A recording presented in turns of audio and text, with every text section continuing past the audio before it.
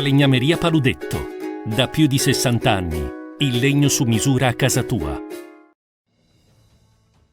TG Plus News edizione di Venezia, buonasera. In apertura del nostro notiziario la cronaca.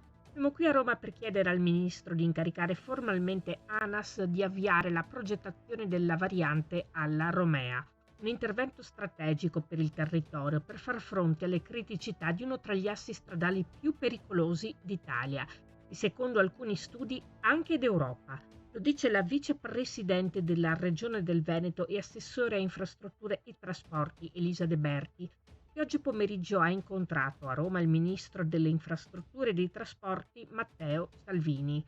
Presenti anche i deputati Alberto Stefani e Giorgia Andreuzza, i consiglieri regionali Marco Dolfin e Roberta Vianello e i sindaci di Adria Massimo Barbuiani, di Cavarzere Pier Francesco Munari, di Chioggia Mauro Armelao e di Rosolina Michele Grossato. Cambiamo argomento. 18 giorni di festa per il Carnevale di Venezia 2024, ad Oriente il mirabolante viaggio di Marco Polo che oggi si è chiuso. La scelta di puntare sul Carnevale diffuso in tutto il territorio comunale ha funzionato. È anche un modo per decongestionare il centro storico, commenta il sindaco di Venezia Luigi Brugnaro. Il bilancio è positivo, prosegue, ma si può sempre migliorare. L'importante è il gioco di squadra. Il viaggio di Marco Polo per quest'anno è finito con il Carnevale, ma in realtà continuerà per tutto il 2024 con le celebrazioni per i 700 anni dalla morte del nostro celebre viaggiatore. L'appuntamento per il prossimo Carnevale è tra un anno esatto. Inizierà il giorno di San Valentino il 14 febbraio prossimo e durerà fino al 4 marzo 2025. Vi aspettiamo con delle grandi sorprese a cui stiamo già lavorando.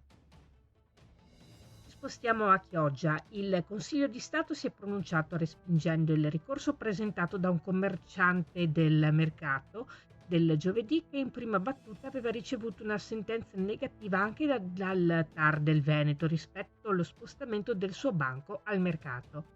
La vicenda risale al 2019, quando l'amministrazione comunale decide di spostare uno dei banchi del mercato appunto che normalmente sosta in pieno centro storico, ravvisando un potenziale pericolo per la sicurezza pubblica, dato che vengono utilizzate bombole GPL per cucinare.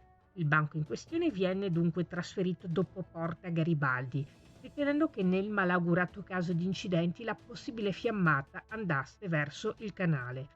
A quel punto scatta il ricorso del commerciante, sostenendo una perdita di incassi della sua attività dovuta proprio allo spostamento del banco. Il comune di Noale, assessorato alla cultura, propone anche quest'anno la rassegna artistica Noalart 2024, un progetto espositivo nato nel 2017 con il duplice obiettivo: promuovere il lavoro di giovani artisti e nel contempo valorizzare in maniera nuova gli spazi espositivi presenti a Noale. L'iscrizione per la prossima mostra 2025 è gratuita e va effettuata entro il 31 dicembre 2024. Non è richiesto che il ciclo di opere sia inedito. Per partecipare basta una mail di candidatura all'indirizzo comune.noale.ve@legalmail.it con oggetto Noalart e Creativity. Il premio è aperto ad artisti professionisti, studenti e oppure autodidatti under 30. I giovani saranno seguiti nel progetto dall'assessorato alla cultura, ma anche da alcuni artisti senior già affermati. Si conclude qui il nostro notiziario. Grazie per essere stati con noi. Arrivederci.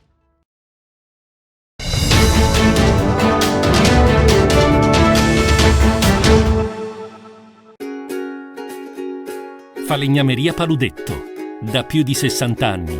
Il legno su misura a casa tua.